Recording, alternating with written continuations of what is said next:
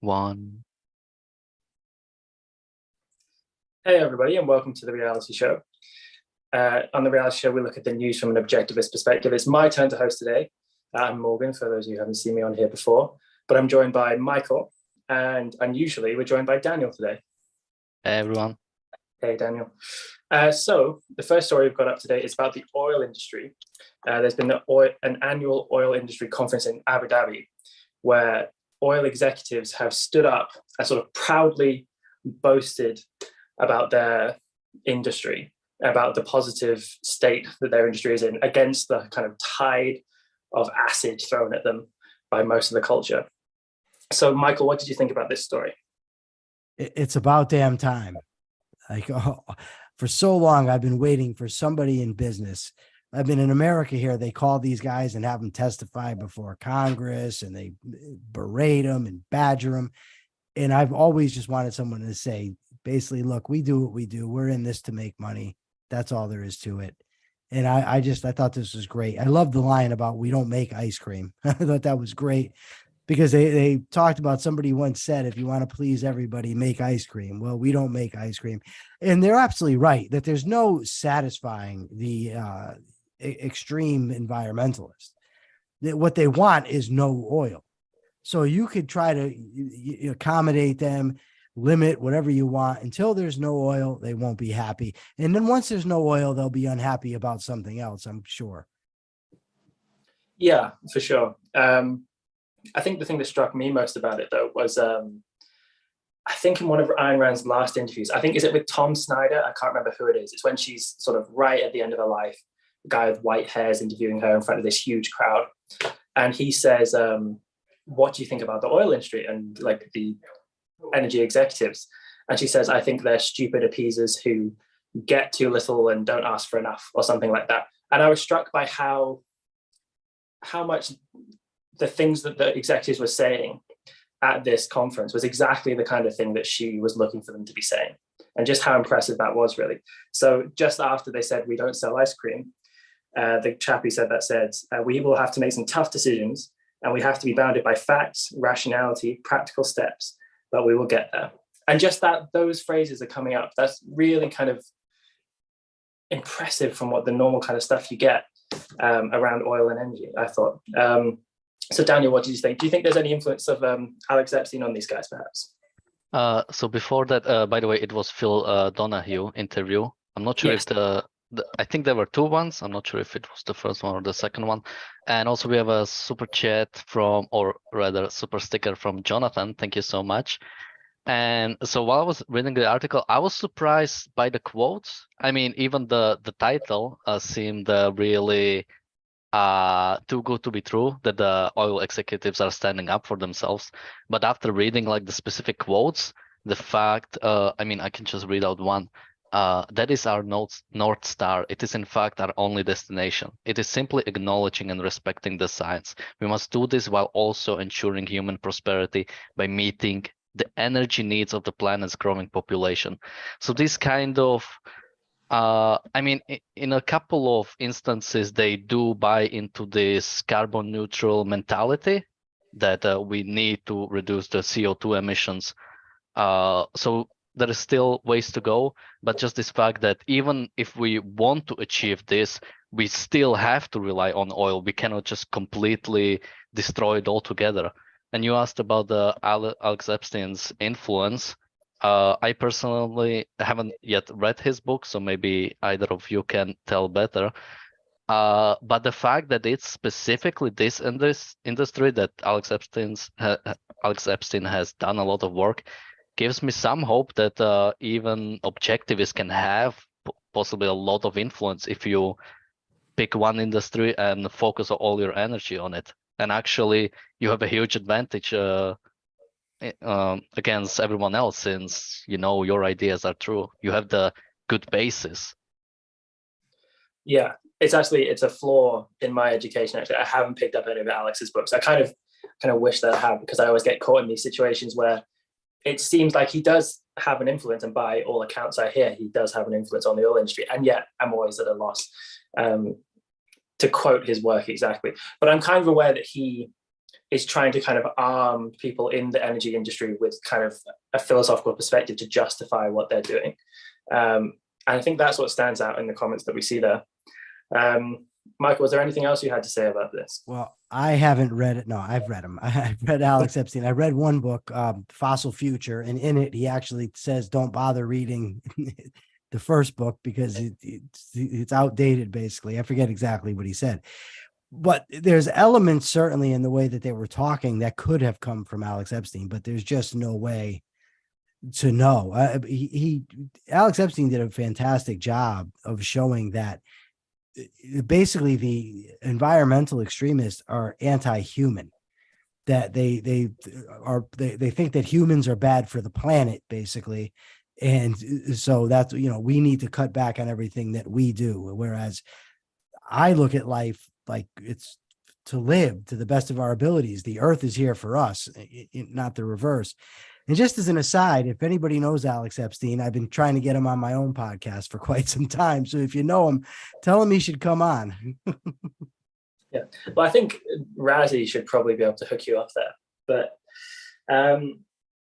yeah, I guess the thing that comes to mind with this kind of thing is that this is so encouraging in a way to see people very articulately and loquaciously kind of defending the moral justification of what they're doing. And yet maybe there's a cynical aspect of me that kind of wonders whether this is just going to be a flash in the pan and then we're just going to continue with business as normal. So how do you guys think we can kind of use this kind of small bit of progress to kind of drive, continuous change? Like how do we make sure this isn't just a one-off? And how do we make sure that this is something that continues into the future? I mean, you kind of want business as normal. You want them to keep producing the energy we need. I just found another quote. I'll read it out in a second. But I like the fact that they are trying to use moral arguments rather than sort of, we create jobs, we, grow the economy, something like that. Instead, they say things like, we will never make enough to please the ones which are against oil and gas, but my mission is not to please them. Our mission is to deliver to the society the energy we need today and tomorrow, and for that, I feel comfortable. So I like this, kind of return to morality instead of, I'm trying to find that word, when you're like trying to please everyone, or patronizing, placating, pacifying. No, I'll think about it. Michael, you go now, and I'll think. Appeasing. I don't know, but I don't hold out much hope. I think it's a one-off, and ultimately it doesn't matter if one or two, whatever businessmen say things like that. The change needs to come at a societal level. I mean, people have to start thinking in these terms, and they just don't. I mean, not by and large. People think that they're owed things, and they also don't grasp that. Yeah, we may have global warming, and the fossil fuels may cause some damage, but they also do a heck of a lot of good. And if you got rid of them, it'd be a nightmare. They don't seem to grasp that either. So I wish that it was a sign of better things, but I'm certainly not optimistic about that. I guess there's another way to look at it that we could be optimistic, is that the influence that ideas can have on a culture. I always feel, I guess, a little bit of doom and gloom. I'm perhaps a bit of a pessimistic person, but sometimes people talk about, maybe not within our lifetime we'll see a completely rational society, but maybe within the next or something like that. I hear you, Ron Brooke, occasionally say things like that.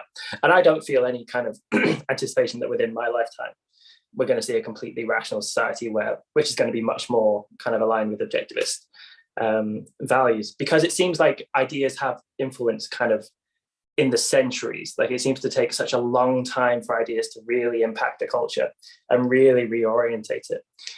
But there's something in this. If Alex has really been influential, he only published his works, I think, did he publish the first book sort of 7 years ago, something like that, and the other one came out 2 years ago? Is that right? I'm not sure. I have him in the other room, but I don't want to go running off. But I think you're either right or you're close to being right. Yeah, and if he has had that influence, then there is something that feels optimistic about that, because if you can really hack into a culture like that, and if you can really get people to change their thinking and change their actions, then it does feel like ideas can be influential in the short term rather than 100 years down the line, 200 years down the line. I know Leonard Peikoff, I think in the 90s had a very pessimistic perspective about this kind of thing. And he was advocating that people print Atlas Shrugged on acid-free paper and bury them on a desert island for the future civilizations to uncover, and started, the second Renaissance.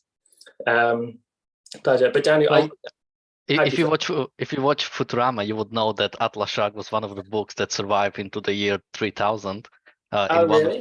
In one episode, if you guys watch it, Bender goes, the robot goes into like the under the New York City when the old New York is, and they found like old novels, and like one of them was, I'm not sure if it was the Fountainhead or Atlas Shrugged, so it like survived 1000 years into the year 3000.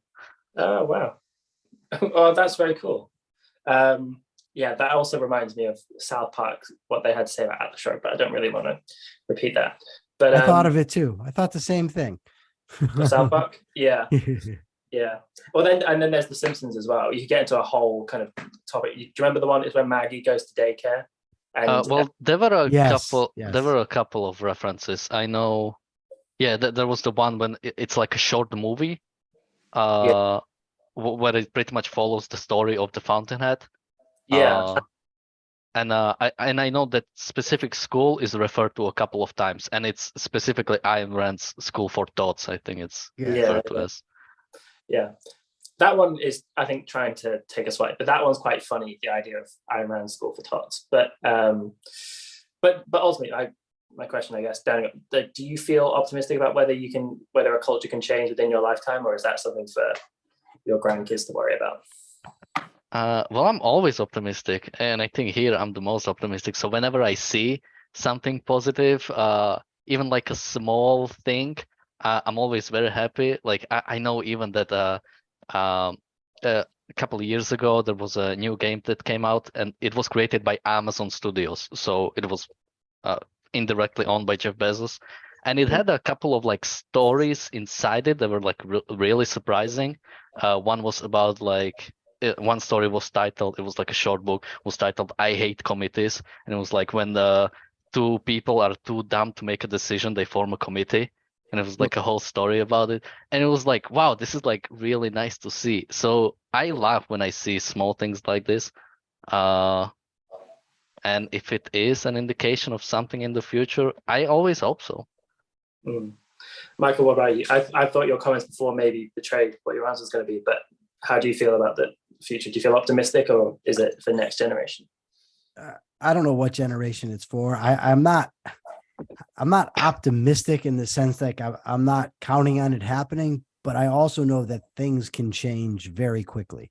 I mean, in America, if 15 years ago that you were to see, or maybe I would say a little bit more, let's say 19 years ago, and you were to talk about gay marriage, it seems unheard of, but now that's commonplace. Or, the legalizing marijuana. Now lots of states are doing it. So you never know how quick how quick the tide can turn. So it could happen. I'm not optimistic about it, but as we're talking about it, it just occurred to me that when it comes to objectivism, I think about how much it's helped me personally.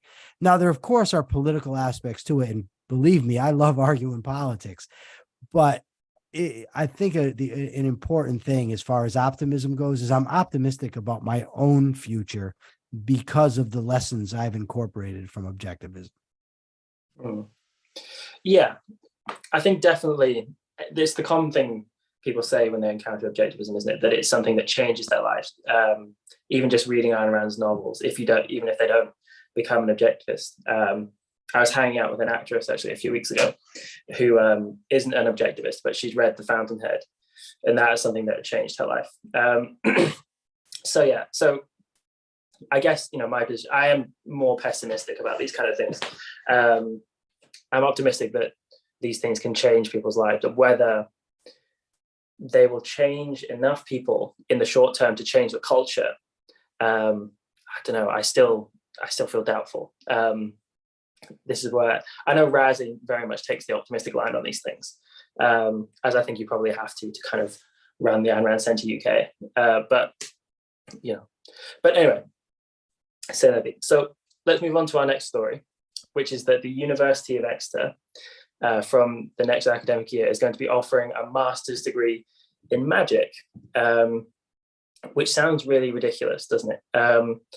I've got a fair few things to say on this from someone who took a humanities degree not very long ago. But what about you guys? What's your first reactions hearing that they're going to offer a master's degree in magic? So I can start. So when I heard it, I thought it's like actually what it is, like that you will actually like learn magic or, learn hand tricks or card tricks or whatever. But when I read it, it seems to be more like, I think the subtitle. So I think the MA in magic, it's like a marketing trick.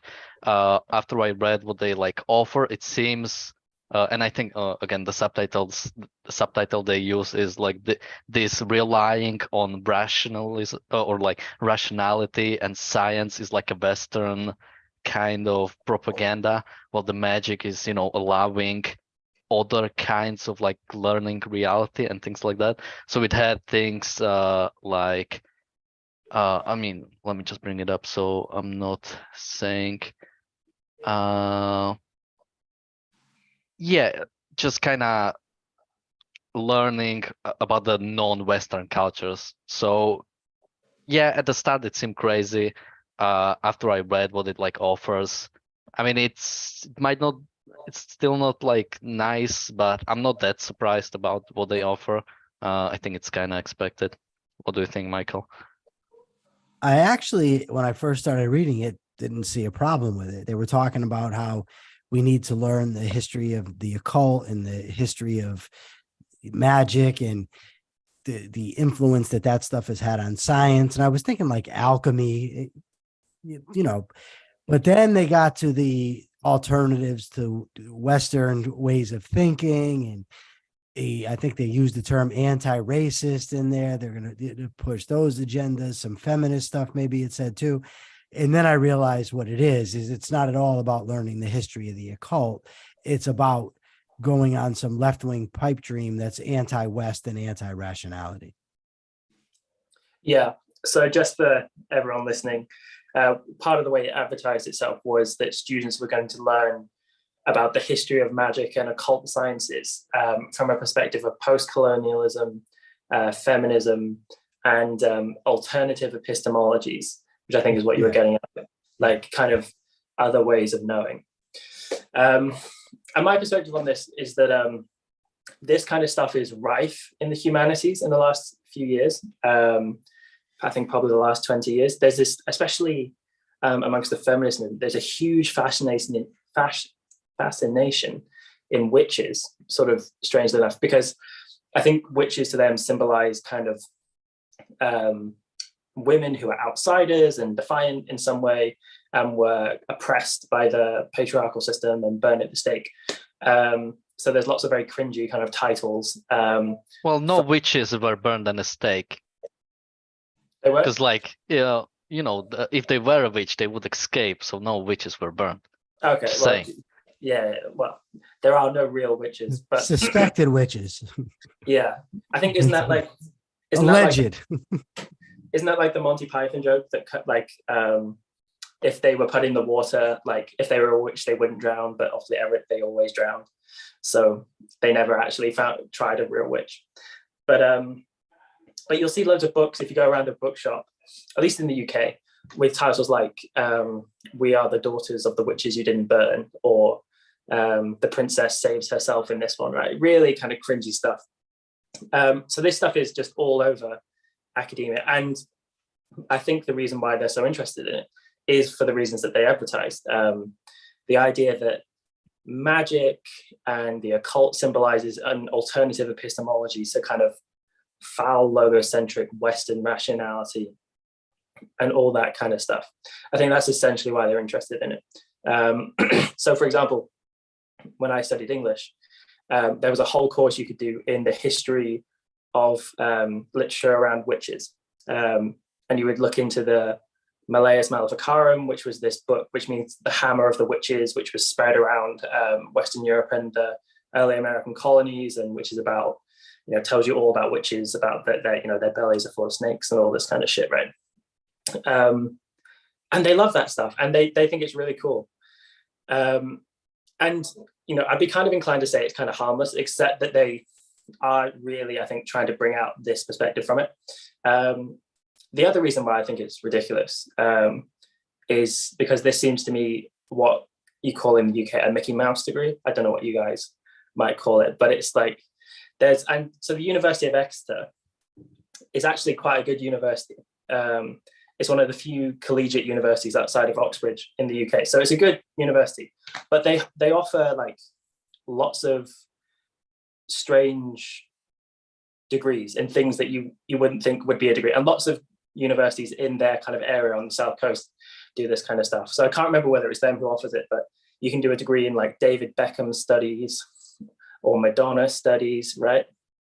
And people call these Mickey Mouse degrees because it's like you're going to study something and you're going to come out with a degree, but like what tangibly the job is going to be isn't really clear. The way they advertise this magic degree is that you could maybe get a job in a museum, which that is I could kind of see that. Like if you're studying this thing and you really want a niche job in like a particular museum, like if you wanted to go to Salem, Massachusetts and get a job in a museum there, I could see, well, this might be a pretty good qualification for you, but that's extremely niche. But also that like it's going to prepare you for a job in the publishing industry. Someone who took another master's degree in publishing, let me just assure you that there's no job in the publishing industry which says we want you to have knowledge of magic and the occult and alternative epistemologies. Like that's not going to qualify you for a job in any way. So yeah, I think this is a Mickey Mouse degree. And there's a huge drive in the UK to kind of root these out and get rid of them because people kind of feel that too many people are going to university for kind of useless degrees that they'll get into huge amounts of debt for, and it's not going to bring them any value. So that's kind of my perspective on it. But Michael, you said you thought it was kind of harmless. Do you think it's harmless from that perspective, or? Oh, no. I don't think it's harmless at all. I initially, when I saw it, I saw them, they're going to teach the occult and the history of magic and magic's influence on science. And I thought, what's wrong with that? But once I started seeing the alternative to epistemology and the feminist stuff, and I think they even used the word anti-racism in there. I'm not positive. But once I saw that, no, I don't think it's harmless at all. Well, let me just say, if kids are voluntarily taking the class, I don't exactly think it's harmful to the extent that they allow it to permeate their thinking, but it's their own doing. Unless you're talking about teaching it to elementary school kids and then you're, forcing it on them. Mm-hmm. Daniel, what about you? Just quickly, let me read it out, but it's like the couple of points that Michael mentioned. So it's teaching decolonization, the exploration of alternative epistemologies, which actually reminds me of the joke, like what do you call alternative medicine that works? We call it medicine. So, and feminism and anti-racism are at the core of this program. So yeah, I think as with a lot of things, what really matters is the motivation. So, and I think that's why Michael at the start had like a pretty good feeling. But once you learn the motivation, feminism, anti-racism, you see why they are pursuing these things, or alternative epistemology, which is, I haven't heard before. That's a really good term for the postmodernists. They're gonna love it. It's interesting because there's already, alternative theories of epistemology. There's not like there's just one, and now they're giving the alternative. There's already alternatives. So now, what is it's alternative? What does it mean? I don't. You know it by looking at the tree. You gain knowledge. I don't know what it's about. I think probably it just basically means a non-rational means of knowing. Like the thing is, we also have those. Like you could, with the witch stuff, you could say your community communicating with another world. Well, we already have this from Plato. Are they gonna come up with something different than this? Because it pretty much encapsulates, Aristotle and Plato pretty much have all the epistemologies that are possible managed. Can they come up with something new, some third way epistemology? I suspect not. I think probably what it's going to be is basically a kind of witchified version of Christian faith as a means of knowing. It'll be something kind of like that. Because even, I don't want to be insulting to religious people, but I think essentially Christian faith is kind of like advocating magic. It's a non-causal, identityless way of knowing things, and that's going to be the same as what these guys are advocating. I always find that interesting, Morgan, that what you just said. You said, I don't want to be insulting with people with religious faith. And I get it. I don't want to be insulting either. I do. But religious people have no problem, many of them, saying that we're going to burn in hell for eternity, or that we're blind, or that, Satan is whatever he's doing to us. And it just seems so ridiculous to me that it's like you can't respond to that in polite society. But in polite society, you can say those things. Yeah, no, for sure. And I think the reason why is because in my mind, when I think of someone who's religious, I grew up in a village in England, right? And the religious people in my village were like sweet old women who wanted to offer you very milky tea and biscuits and like ask you how your day was going. And I try and keep in mind that religious people can vary from that all the way to like suicide bombers and like very unsavory people who are in like the Russian Orthodox Church or something, right? So I think that's probably why, because it's like in my mind, it almost flashes up as like, you don't want to be unkind to like the old lady who doesn't understand why you're putting down what she believes. I think that's why it pops into my mind. Did you grow up in the Highlands? No, I grew up in the southwest of England. My dad's from Scotland, so hence why I've got the ginger beard, but not the voice, I'm afraid. Do you happen to know any Jacobites who are still hankering to get the Stuart monarchy back in power? There's definitely quite in the Catholic population. There's definitely quite a few who would like to restore the Stuarts. But really, wow. Yeah. No, I mean, not really. They're not going to undertake it as like a real project, but they kind of feel a kind of longing for like, oh, how it might have been back in the day. I mean, I can talk about that at length, that like, and this is all Walter Scott's fault, all this kind of stuff, all this nostalgia for Scotland's past. David Hume, for all that he might be wrong philosophically, is really interesting to look at from how he conceived his identity as a Scottish person within Britain at his time, because basically Scotland viewed itself as part of Britain, like they were all one identity. He viewed himself as not particularly different from a Londoner, even though he was from Edinburgh. And then the generation after him is all influenced by Walter Scott. And suddenly they are like strapping on kilts again and wearing tartan and longing to live in the Highlands and do all this shit. And basically that was something that people hadn't done for centuries. And David Hume looked down on the few people who did do that in the Highlands still as like uncivilized savages, right? And then basically it all gets revived. And now people like to do it again and feel very nostalgic for the old days, which was like 500 years ago. And so, yeah. And they believe in some ooky spooky magic as well. I like Walter Scott, by the way. Well, why do you like him? I just thought I only read 2 books. I read Ivanhoe and Waverley, and I just thought they were rich, and he brought the story to life. There was the heroic stuff in there that I enjoyed. I think he's a good writer. Yeah. See, I was feeling 2 minds about Walter Scott, in the sense that there's some really cool stuff, and I really like Waverley as a character, and there's some cool stuff. I just find his writing just excruciating to get through. Like, it's really tough. Like, I'm impressed that you managed to finish it. There's one novel that he wrote, which is set in Edinburgh, called The Heart of Midlothian. And it has 5 frame narratives. So like a frame narrative is like when the novel starts and 2 people are sat by the fire and one of them says, oh, let me tell you a story. And then the novel is that story. But it's 5 stories within a story, within a story, within a story, within a story. And it's just like, well, he clearly doesn't want you to actually read the novel, because you've got 5 of those going on. It's such a pain. But Daniel, you said that you do want to offend religious people. Why is that? Well, yes. I mean, again, context matters. If my grandma comes in and she's like, talking about why I don't go to church, I'm not gonna go on a tirade about, how religion destroys your mind and all that. But I would never like I always say, to the extent you are religious, to that extent, you are not compatible with me. So you have someone who is insanely religious. There is nothing we can really agree on, or like you cannot be even like friends with those people. But if it's someone who, you know, the founding fathers were religious, you could say they believe in God, but there's I would be so much closer to them than they would be to someone today that really believes in religion.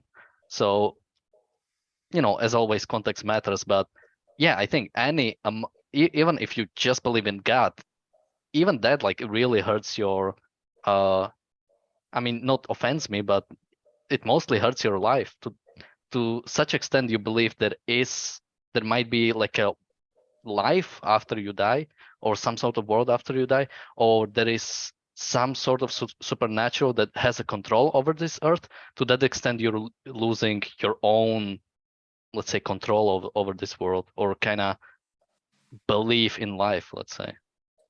Yeah, I think there's a sense in which I agree with you in that when I get to know religious people, and like in a context of where they're potentially going to be friends and we're getting to know each other, I do find that there's sometimes a kind of limit on how close we can reasonably get, in the sense that when we start to talk about things we believe quite deeply about the world, their faith is obviously quite deeply held by them. And then when I kind of say, I don't believe that, I believe in this, I think they kind of get that it would be silly in some way for me to, their belief is silly to me in some way. And I'm not, you know, I very much stress that I try not to put them down in any way.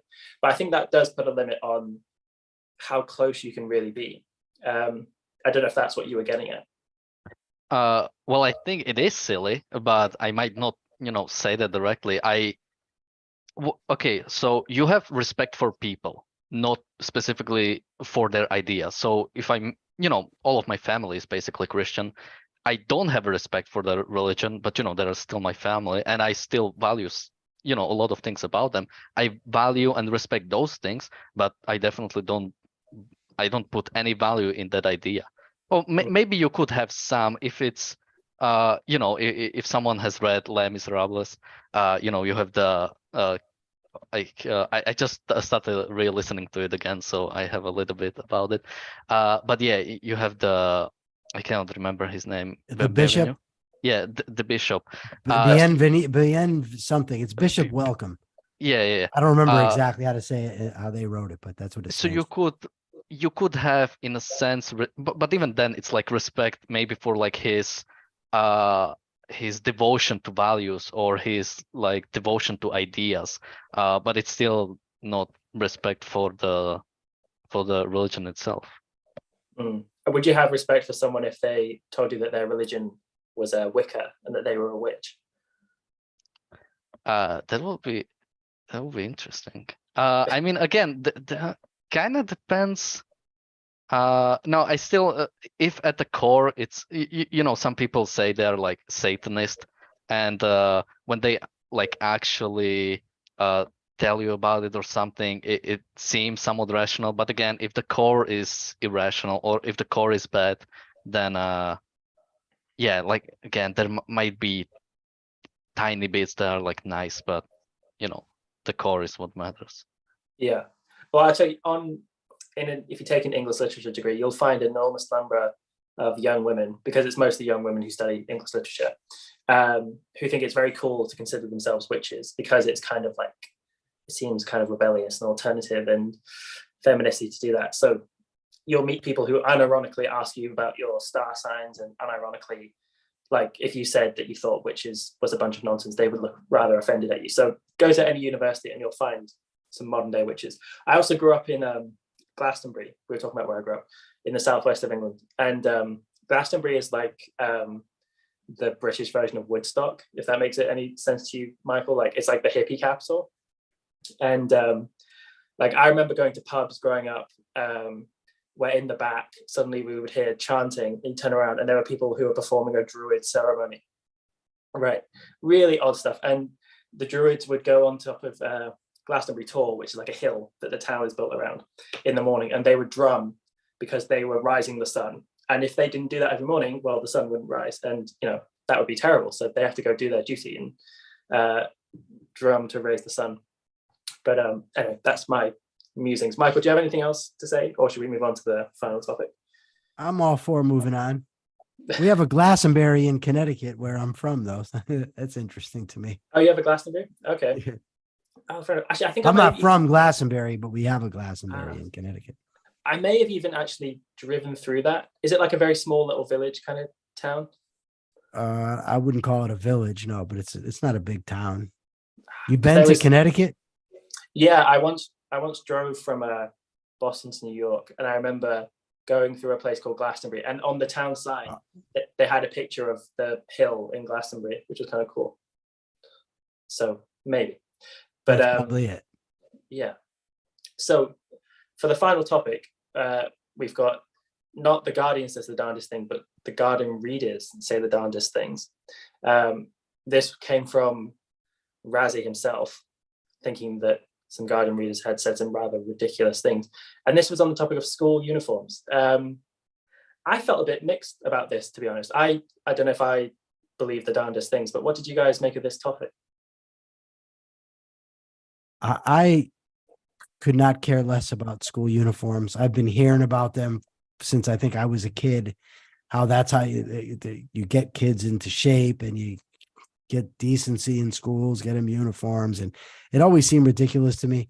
But this here, they were talking about some of the people is that basically not making the poor kids feel bad and making it more affordable and this and that. I just, I don't know. It just seems like people will make something out of nothing whenever they get a chance. Like there's going to be somebody that's going to have an issue. I can't even imagine thinking to myself when I was in school, even when I was poor growing up, like I couldn't imagine going to school and thinking, if there was only uniforms here, we give me some uniforms and I wouldn't be getting made fun of. That's the solution. Like, it's just crazy. Yeah.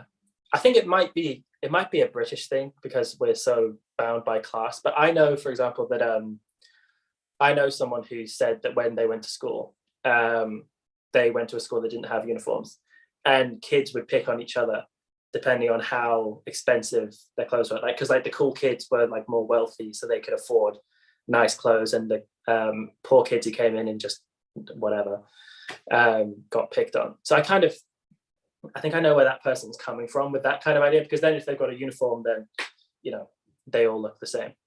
Daniel, I don't know. Did you have a school uniform? No, we didn't. I don't think anywhere in Slovakia you will really have uniforms. Yeah, I think it might be just like a British or kind of elitist thing, which British people are. So I think that's why you had. Did you have uniform when you were in school? I throughout all the way through school. At junior school or primary school, we wore like a polo top and the same trousers and a jumper. And then at secondary school, I wore a suit every day. Okay, I have a question for you. Do you have like just one set that you have to like clean every day, or do you have like several sets? You have like 2 or 3, and then you kind of like cycle through them. So your school uniforms are entirely normal. It seemed like it's interesting that in Slovakia they don't have them, because to me, not having a school uniform, although there are some schools in the UK that don't have them, it seems so American, like to me, like kind of like The Breakfast Club. I don't know why it makes me think of that, like not having a school. It makes me think of 80s American films. Great movie. Yeah, I only watched it for the first time like recently. I loved it. Yeah, it's a good film. But so well, come back to you, Mike, then, Michael, because the thing is, Razzie kind of suggested this topic that because people were saying things that were ridiculous. And I can see that the readers, so the people who had written in, for people who haven't read this little section, were kind of making arguments based, I think, kind of on egalitarian grounds. Like, you don't want any other kids to stand out. You want them to all be the same. And that definitely is like very typical of a Guardian reader. That's not particularly what I agree with. But I kind of get the point that, like, for example, at my school, I know that the teachers who were in charge of the girls' houses, because I went to a boarding school. So the teachers who were in charge of the girls' houses were like all for having a school uniform, because there were discussions about whether we should get rid of it, but they were all for having it because the girls would kind of pick on each other depending on what they would wear and like who looked the best. And by having a school uniform, it just levels that out. It just takes out of that issue like at all. Because there were some kids who went to my school on scholarships who came from not so rich families, and there were some who came from unbelievably wealthy backgrounds. And I kind of get that instinct that you don't want the kids to be picked on for kind of class reasons. So I don't know, does that make any sense to you, Michael, or not? Well, here's my question. In your school where they had uniforms, did any kids get picked on? Yes, but not for that reason. Well, that's kind of my point, is that kids are going to pick on each other. That's what kids do. You're not going to solve that problem. I don't care if you put a uniform on every kid, a dress on every girl, and every anti-bullying campaign you want. If you, like you said, there's 3 uniforms. Well, what if you can't afford to wash your uniform as much as the other kid? Now he's going to pick on you for that. Or what about your hairdo, the way, the way your mom walks or whatever? Kids are cruel. I mean, it's not a nice thing, but they generally are. It's just people seem to think that you could solve every problem with a rule of some sort. Oh, they make fun of each other based on the way they dress. Perfect solution. They all dress the same. And just life doesn't work that way where rules can just solve everything. It just does not happen that way. So do you think there's a case for having uniforms in any area then? For example, I know I'm someone who kind of very recently started admiring Steve Jobs. I know lots of objectivists, all love Steve Jobs, but it's only actually he's someone that I've only come to admire kind of fairly recently, through learning a bit more about his life and the way he thought. And he famously wore the same clothes every day, right? That kind of like weird black turtleneck that was designed by this one particular Chinese designer, and those jeans and that trainers. And the background behind that turtleneck was that he wanted every Apple employee to wear that uniform. I think it was driven by a kind of minimalist kind of philosophy. And it would seem weird if every Apple employee, because given that it's such a kind of high level industry and creative, that like if all the executives had to come in and they're wearing this kind of Star Trek outfit. So maybe it's not in that area, but like the army wears uniforms. Certain kind of lower level jobs tend to wear uniforms. Like, do you think they're justified or? Well, sure. I mean, like in prison, for instance, the inmates all have to dress the same because that's how you distinguish the inmates from everybody else. If everybody in a prison, staff and inmates dressed alike, there'd be no way to tell who from whom, and inmates could go running off. There's also something to be said, for instance, with police. Well, you wanted, okay, this guy's a police officer. I need to be able to identify him as such. Plus, I think in those situations, they like to put on a show of solidarity. So that's good. So, yeah, I think that uniforms can serve a place. I just don't think that the uniforms in schools are going to solve the specific problems that throughout my life I've heard people say they're going to solve. And Daniel, I mean, I think you've already kind of said what you think, but what did you make about the idea that kids should wear school uniforms to make them all kind of equal and the same? So just I'm not sure if you mentioned this, but in the article it also said the money was like an issue. So if you have a uniform, they sell them at school for cheap. So it's easier for like poor families to afford clothing for their children. I think even if it was mentioned, like, do you know how much it costs to like every week buy a new branded like clothing?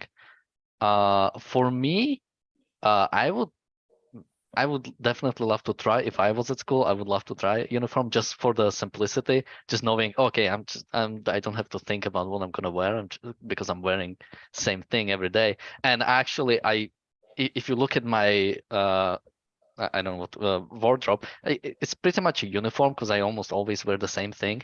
It's always like black black trousers with like a white shirt and something like that. Just because like I have like a certain thing I like, and when I like something, I do it a lot. So if it was a uniform that I liked how it looks, I'd love to have that. And we even have this sort of uniform thing with something like I'm trying to think about what the with terms like black tie or smart casual, when like for certain occasions you basically wear a uniform. You know, if you are in work settings, you might always wear a suit of a kind. So again, there's definitely a place for uniforms. Is it in school? Maybe if like I think one point I sometimes hear is yeah, that it helps the kids not to like think about clothing but like focus on studies. I don't know if that's true or not. If it's true, then it might be worth it. But you know, it's a school's choice. Well, it should be a school's choice. And if they think there is a reason for it, then it should definitely be. But when you compare it to something like an army, you don't really want the school to be an army, so there will be No. point against it. Yeah, I guess the one part, well, not the only part, but something that I thought was very wrong in the person who had written the letter into the Guardian was, I think they said that the idea that school uniforms are more affordable or something like that, and it's definitely probably more affordable than if kids are wanting to buy like luxury clothes, and but most kids probably won't want that. But as far as I'm aware, schools always like jack up the prices of school uniforms to like eye-watering like degrees. Because we had a school uniform even for like sports kits. So like you had to wear the school like t-shirt and shorts and socks and stuff. And it was like unbelievably expensive stuff. So people would end up buying like secondhand ones that like their kids would grow into over 4 years. So like when the kids came in at 13, they would wear all this like baggy clothes, which they'd end up having to like grow into. So that part of it I thought was kind of mental. But I don't know. I still kind of am in favor of school uniforms, but maybe that's just me being stuck in my my snobby ways or something, Daniel. I don't know, but I love that you Elitist. guys call pants trousers. That's just awesome. I couldn't remember pants, and when I was learning English, we in my schools we learned British English, so trousers was what like Do you my also call bathing suits swimming trunks by any chance? Yeah, it's awesome. Yeah. But what do you call it? Swimming shorts? Bathing suit. A bathing suit. That'd be like, I think of a bathing suit as like when a woman wears like a full body like kind of thing to go swimming in. That would be in America. We just call that a one piece or a bikini. If it's, you know, if the stomach shows, it's a bikini, and if it's a one piece, it's a one piece. But either way, it's a bathing suit. Gotcha. And so does pants and trousers. So do trousers sound really old fashioned or something, or formal? To me, it does. Yeah, it's great. I love it. I love British English. I love Masterpiece Theater. Downton Abbey, Poldark, love them. You know, Downton Abbey, I've never managed to quite get into, but one you should watch if you like that kind of thing, but you want something that's funnier. Go find the old episodes of Jeeves and Wooster that Stephen Fry and Hugh Laurie did in the 90s. Those are just like perfect because Downton Abbey is kind of like romanticizing the kind of aristocratic past, and Jeeves and Wooster is kind of like is doing that but kind of making fun of them at the same time. So Bertie Wooster, who's the main character, is just like the biggest chinless idiot ever, and Jeeves, who's his butler, is like constantly having to ferry him around and get him out of all these tangled situations. And Jeeves is actually like a genius, but is just kind of relegated to this role as a butler, whereas Bertie Wooster kind of like steals the show as this tremendous idiot. So I think you can find them on YouTube as well. So you should go check those out. Will do. Love you, Laurie. Yeah, he's really just good. Quickly before we finish, we have a question in the normal chat, and I saw it even somewhere else before. It's on for Morgan. Morgan, can you talk about the tree that was cut down near Hadrian's Wall? Do you know anything about this? I did. I saw something about this. It's actually not a story I've looked into. I feel a bit annoyed now that that's been brought up, because I saw that story come up and I was going to read into it, considering it for the show, and then deliberately, I think, saw something else and moved on. I'm not too sure. I think the gist of it was something like there was a protected tree status, something that was cut down, I think by some kids. I don't know if it was historic or something, but you know, clearly I don't really have a grasp of the story. In the UK, there are kind of like sacred special trees that you'll find every now and again, which probably sounds really silly.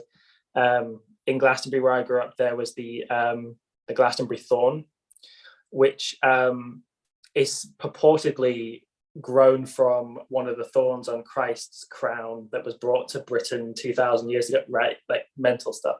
And it's one particular species, which is why they think that. And it grows on this hill called Rurial Hill. And a clipping of it gets sent to the royal family every year at Christmas. And then because of that, because it's viewed as special, kids from the local town where I grew up would go and spray paint it every year. And like, it's been cut down like 10 times by someone just during the night. And then they just replant it with a different one and pretend it's the same thing and move on.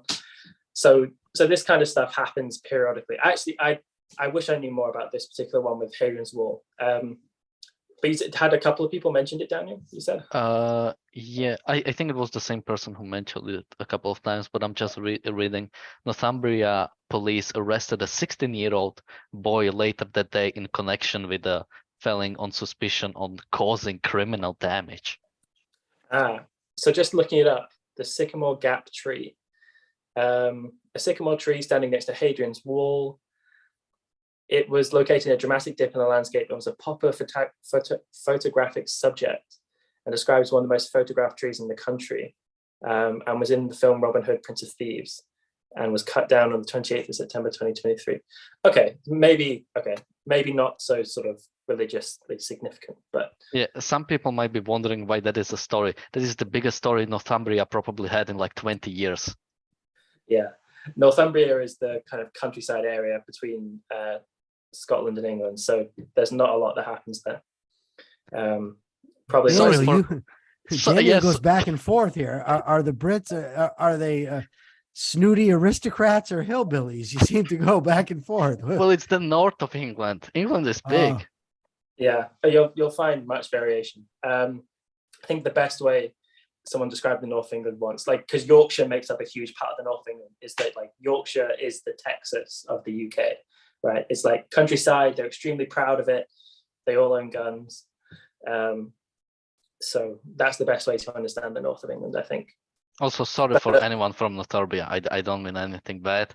I know nothing about it. I just know that it's on like north. It's a very pretty part of the country. I know Vikings were there. That's I also know that. Okay, so let's just get a list. So far, Daniel's insulted religious people. He's insulted well-to-do Brits. He's insulted the countryside Brits. Anybody else, Daniel, that you'd like to alienate while we're here? Oh, the Scottish. Well, don't have time. And the Welsh. Don't forget them. But well, that's you usually forget about the Welsh, so that's very true. Very true. But all right, guys. Anything else to say before we sign off? sorry for the Welsh, because I believe Matthew Humphreys is like half Welsh, or full or something like that. So you, oh God. So my mother is Welsh, my dad is Scottish, and I grew up in England. So I'm a bit of all three. What about the whole United Kingdom? Get yourself some Northern Ireland, you'll be good to go. Yeah, exactly. There you go. But so I mean, yeah, but I forget about the Welsh sometimes, so it's easy to do.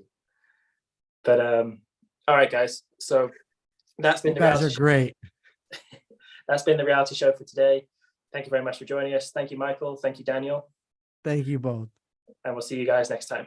Bye-bye. Bye-bye.